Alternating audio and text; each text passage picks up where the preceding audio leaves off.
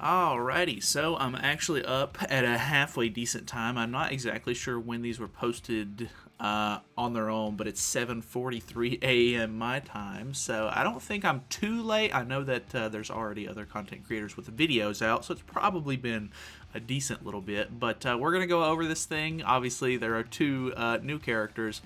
And it's there's just there's a lot in this thing, so we're gonna try to breeze over it. I do go over the patch notes in full whenever they come to global, so I'm probably not gonna be reading like all of the text. We'll just kind of look at some of the pictures, see what new is coming out. There is already skill translations from Kane in the 7DS Leaks Discord for the new Tristan, the new Arthur, and the bond changes as well. So we're gonna go over those.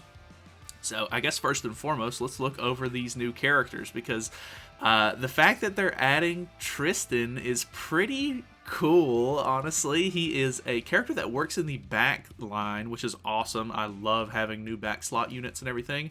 So I'm actually pretty interested to see what his outfits end up looking like. I'm not 100% sure if they showed those off in this or not. I don't think that they did, but either way, I guess we'll kind of see those either when they hit the game or if they end up adding them if they aren't already added.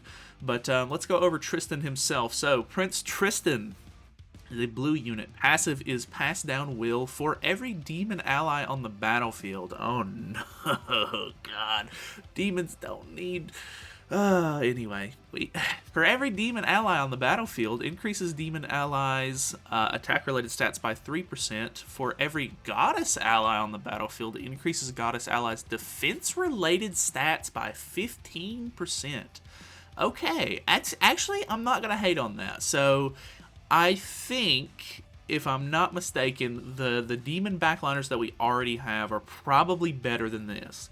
But the fact that you can use them for demons and you can use them for goddesses, because goddesses at the moment literally don't have like a dedicated backliner. People are using Nanashi at the moment just because he works and he makes your team tankier, but this one's actually pretty good. So for every goddess ally on the battlefield, that's 15% times 3, which is 45%, which is pretty good. That's a pretty large increase. So that's actually kind of cool. Skill 1 is quick movement, which is a single target stun. I would imagine it's not going to stun on level 1. It's probably a level 2 stun if I had to guess. Skill 2 is confidence, which is Lizhawk's buff, which is a solidify skill. So that's actually pretty interesting. And then he has old school LV Melly's ult before LR. So it's just a secret technique skill, I would assume. Kind of neat in of itself. I'm pretty excited that they're starting to add, which this isn't technically, I guess, 4 nights, I don't think, because this looks like Tristan at the very end of the anime, if you're unaware. He is in 4 nights, but I don't think this is 4 nights Tristan, so I could be wrong. I've not read 4 nights yet, but that is pretty cool, I've got to say. I'm pretty excited about that. Goddess backliner is pretty neat. I personally don't really see goddesses in the meta right now. I've seen like 2 or 3 of them over the past like week or so. So it'll be kind of cool to see if this is enough to sort of bring them back a little bit. And then we also have the new green Excalibur Arthur. I was really kind of hoping that he would be blue, so that way you could maybe run him with Nalphamy. But new green Excalibur Arthur, he is passive is King's Protection.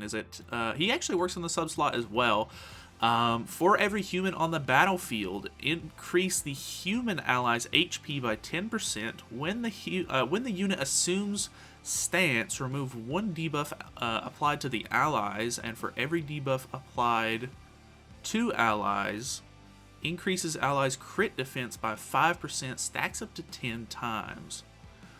Okay, King's Fury is his first skill, single target remove ult gauge. So I assume this is not a dissolve skill. I assume it's a straight up ult removal, which could be kind of cool. I kind of like those. I feel like we haven't gotten it there for a while. It just went into straight dissolve meta, and there wasn't any like real decent characters that just removed ultimate move gauge, like just upright.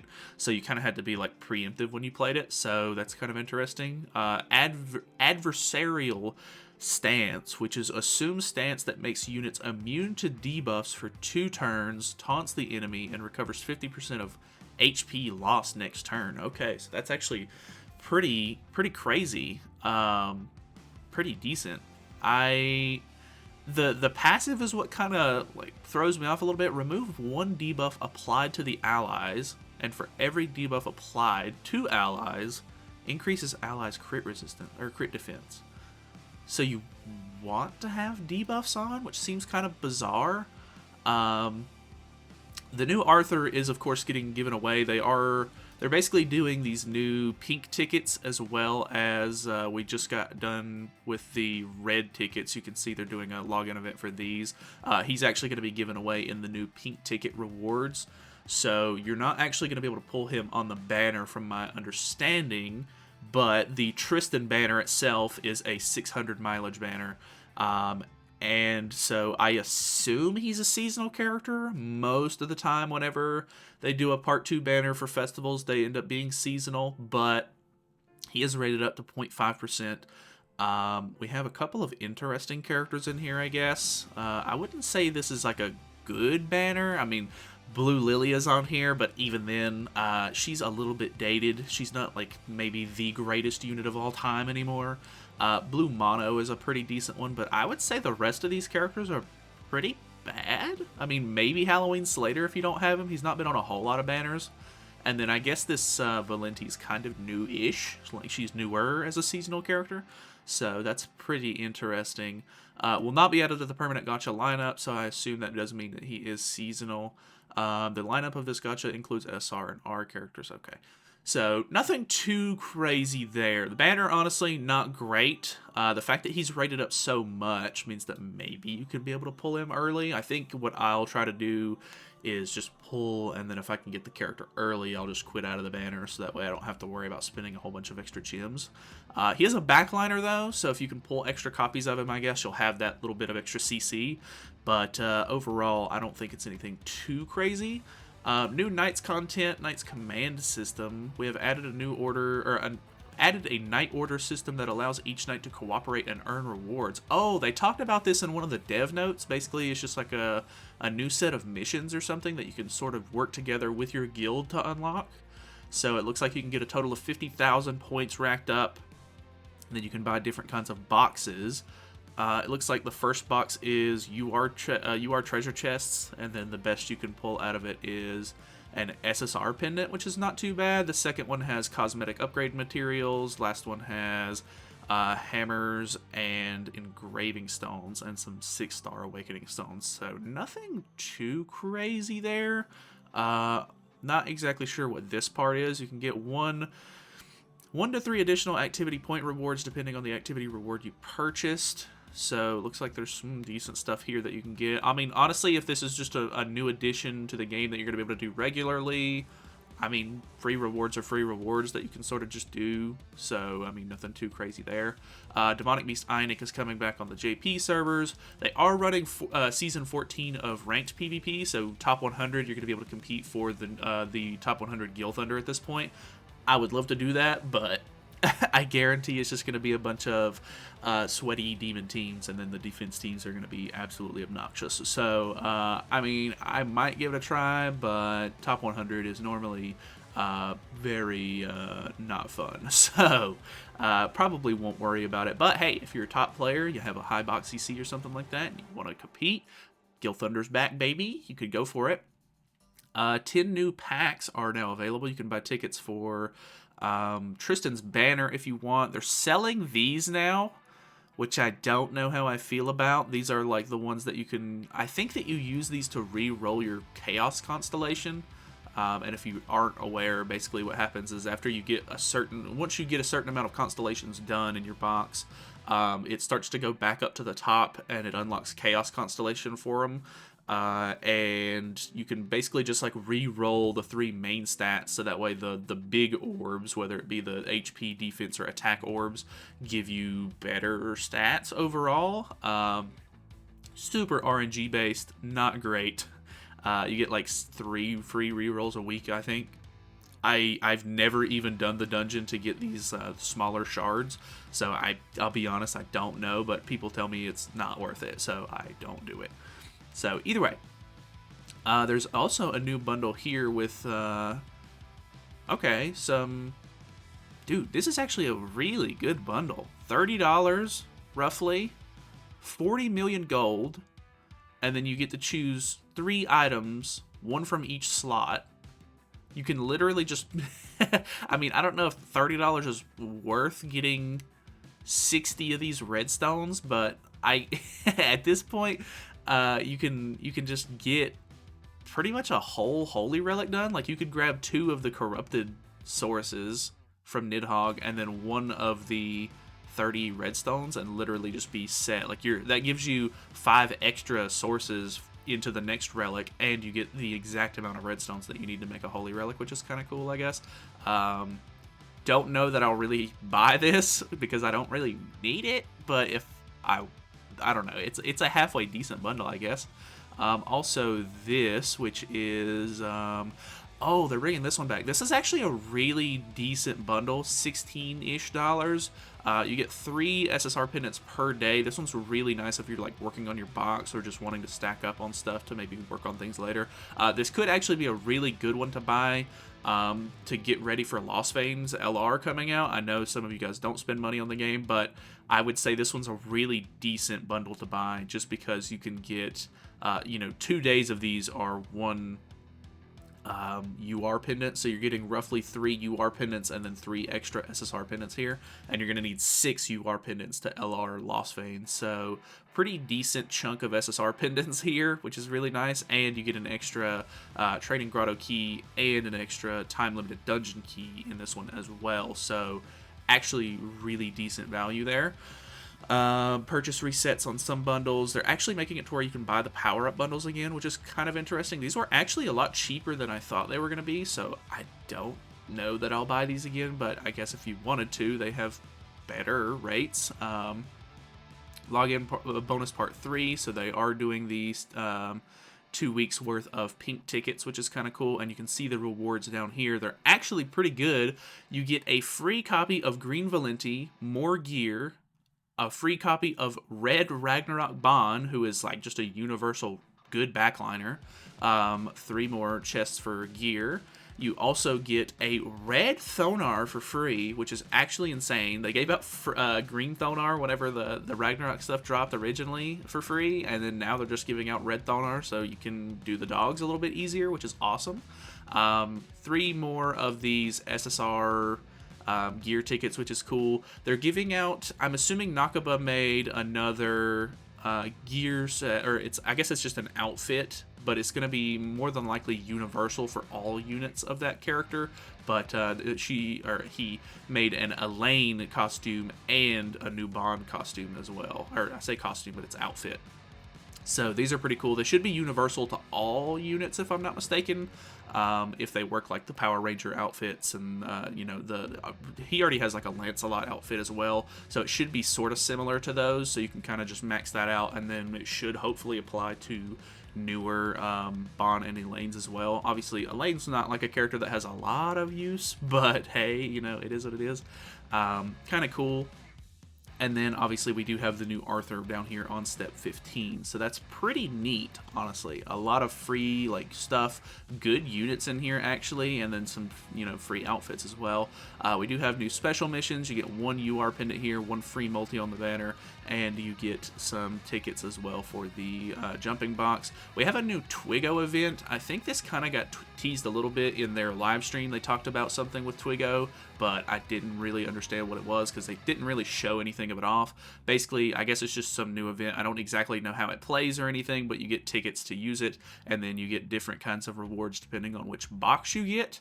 So it looks like you can either get... actually, I think you just unlock these in general. It looks like score rewards. You reach 1800 score, you get the very last reward on each of them, and it's just a bunch of Super Awakening coins and SSR pendants. So honestly, I can't really complain with that.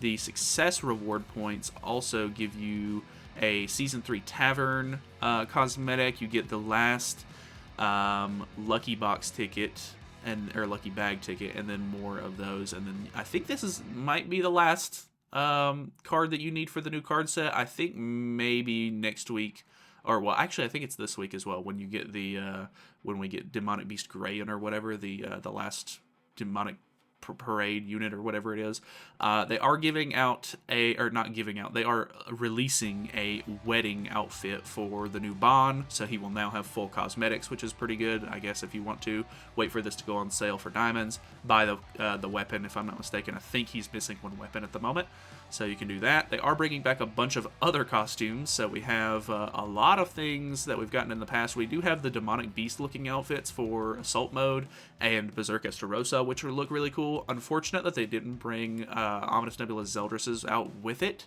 but we do have 2 Light Liz costumes, 1 Infinity Merlin costume, 1 Purgatory Melee costume, 1 Traitor Melee costume, and then we have the Bunny costume for Escanor as well. So, pretty decent little set of cosmetics coming back there if you want to buy those. Obviously, they will go on or they will be available for diamonds after, I assume, 2 weeks. Maybe not, actually. They should be, but I'm not 100% sure on that.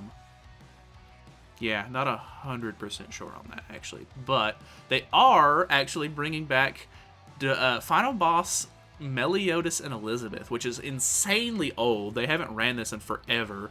And you can actually get the cosmetic set for it, which is awesome, because people have always, like, talked about, like, hey, like, you know, I really want some of these old school final boss costumes and everything. The Melee one, I love. The Elizabeth one, very cool. I use it actually on my my green Princess Liz. So you'll actually be able to get those. The Liz one, actually, you have to place top 50% to get the box for it, but the Meliodas one you can just buy straight up out of the shop. It looks like they are updating the format to more of the new modern ones, so you're going to have to run challenge mode, I guess, with this one. The rewards for clearing, or score rewards, are actually really good on this one, just free diamonds in general. The rest of the shop looks pretty standard, but still has some pretty good stuff in it overall. Like I said, Demonic Beast Greaon is coming back. Actually, he's Magical Beast Greaon for the Boss Battle Parade. So that's cool. More free diamonds, more free rewards. They're actually giving away, I think, never mind. This is still the old one. This does not apply, like, this does not reapply. This is the same rewards for the entirety of this parade battle thingy. So you've probably already got these done, so don't pay attention to that too much. But his exchange shop has another tavern cosmetic piece in it, and then it looks like you can get flour for one of the 4th anniversary food items, which is kind of cool as well. Fort Solgres dungeon is getting sort of redone again. It looks like you're not going to get SA coins or diamonds out of it this time, which is a little bit disappointing, I guess. They're doing the Greed Victory box for Brawl. If you don't know, whenever you play Brawl, you get these rewards on the left. They're changing it to where the bottom 4 rewards get reworked to these, so you can just get a couple of better rewards out of it, I guess. Training support event. So, they're basically ramping up the dailies a little bit, so you're going to get more diamonds out of your dailies for the next, I assume, 2 weeks. Yeah, looks like 2 weeks. Maybe that's 3 weeks? I can't tell. But either way, 1 new battle event, and then down here we have Knighthood Boss, improved display rewards. So it's going to show your rewards right above the boss now, instead of like in a little tucked away thing, which is kind of interesting. I'm not exactly sure what that SSR pin up there is, but I mean, hey, if that's just extra for free, that's cool. Improved PvP display, so now there's going to be a little symbol whenever there's a season going on, so you can know, like, hey, it's the big boy leagues. And then the biggest last thing that we want to go over is that they've added these little shards to the diamond shop, which is interesting. I don't know how that's going to affect whales or not. I don't know if they'll actually want to buy these or not, but if they want to re-roll their constellations or whatever instead of waiting every week, I guess they can now. I'm not buying that, but they did adjust Bond. So Bond's passive changes. At the start of the battle, apply Domain of Extortion to himself, and for every applicable ally on the battlefield, increases the applicable ally's HP-related stats by 5%. Debuffs from passive apply before attacking the enemy. That's actually pretty interesting. I'm pretty sure it used to apply after the attack went off, so that's actually kind of nice. You'll get a little bit of extra boost there. And then Domain of Extortion decreases applicable allies' damage taken by 20% and an additional 20% to himself only. So he's going to become a little bit tankier, which is nice. And they made it to where his passive applies to not only 7 Deadly Sins now, but it's fairies and humans. So they're not messing with his cards at all, from my understanding. I don't know. They talked about maybe making it to where his Pierce card or the Mark of Concentration lasted even after you used the Snipe card. I don't know if that necessarily applied or not. But, yeah, I don't know if these are going to be enough meaningful changes to really make the character crazy or not, but the fact that we get to use him with fairies and humans now is kind of interesting to me. So, yeah, I think we should be messing around with him a lot whenever this patch drops. There should be a decent amount of human teams, maybe even art fairy teams that we could mess around with. I don't really think that the fairies are super good right now, but hey, we might be able to try some stuff out. So either way, that is pretty much it. Really long video, actually. Sorry it lasted so long, especially because I'm going to have to go over it again on Global, but we'll go over it more in detail whenever that drops. And yeah, let me know your thoughts and opinions on this stuff, because it's honestly pretty interesting stuff. So yeah, thank you guys so much for watching. Hopefully you guys enjoyed the video. Feel free to subscribe if you have not already, and I will see you in the next one.